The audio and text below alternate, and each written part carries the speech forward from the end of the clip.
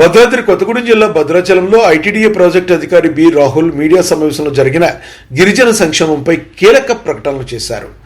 Ministry of library welfare affairs zonal manager Pradeep Kumar Singh ఇతర అధికారులతో కలిసి నిర్వహించిన ఈ సమావేశంలో ఆది కర్మయోగి అభియాన్ పథకం విజయవంతం చేయడానికి తీసుకున్న చర్యలను వివరించారు. ఐటీడీఏ పరిధిలోని 19 మండలాలు 130 గ్రామాల్లో ఈ పథకం అమలు చేయనున్నట్లుగా తెలిపారు.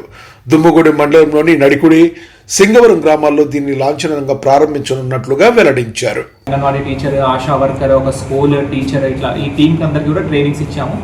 సో ఈ ట్రైనింగ్స్ అన్నీ కూడా మన ఆదివాసీ ఊర్లలో అసలు పనిచేసే ఆఫీసర్స్ అంతా కూడా హైలీ మోటివేటెడ్గా ఉండాలి, ఆది కర్మయోగిలాగా పనిచేయాలి అని మా ఆఫీసర్స్లో మోటివేషన్ తీసుకురావడము ఒక భాగము. రెండవది, విలేజ్లో ఏమేమి సమస్యలు ఉన్నాయి, ఆ సమస్యలను ఏ విధంగా మనం తీర్చుకోవచ్చు అన్న ప్లానింగ్ అంతా కూడా విలేజెస్లో కలిసే తయారు చేయడం రెండవది.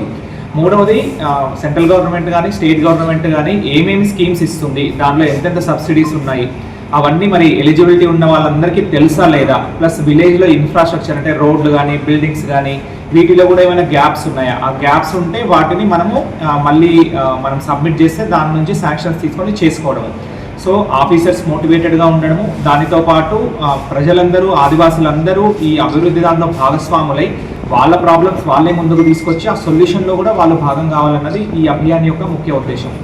దీనిలో భాగంగా ఇప్పుడు ట్రైనింగ్స్ అన్ని కంప్లీట్ అయ్యాయి. రేపటి నుంచి మనం యాక్చువల్గా ఫీల్డ్లోకి వెళ్తున్నాము.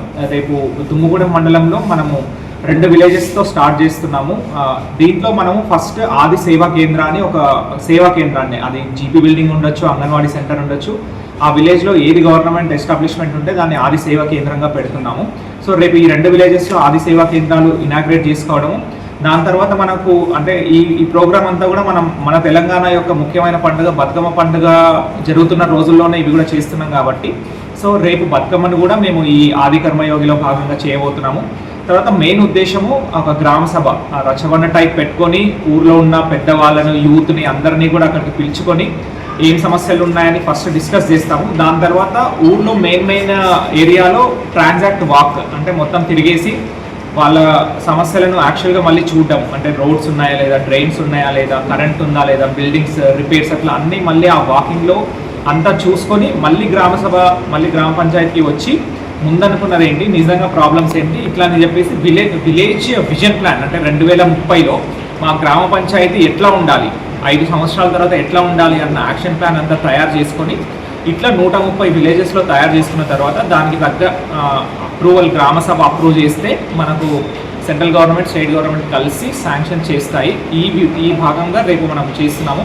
దీంట్లో అక్కడ యూత్కి కానీ పిల్లలకు ముగ్గుల కాంపిటీషన్స్, చిన్నపిల్లలకు లేకపోతే వాలీబాల్ కాంపిటీషన్స్, ఇట్లా అన్నీ కూడా అంటే మనం యాక్చువల్గా మనం పండుగ చేసుకుంటున్నాము. ఆది కర్మయోగిలో భాగంగా కూడా ఈ పండుగను ఇంకా మరింత మంచిగా చేసుకుంటున్నాము.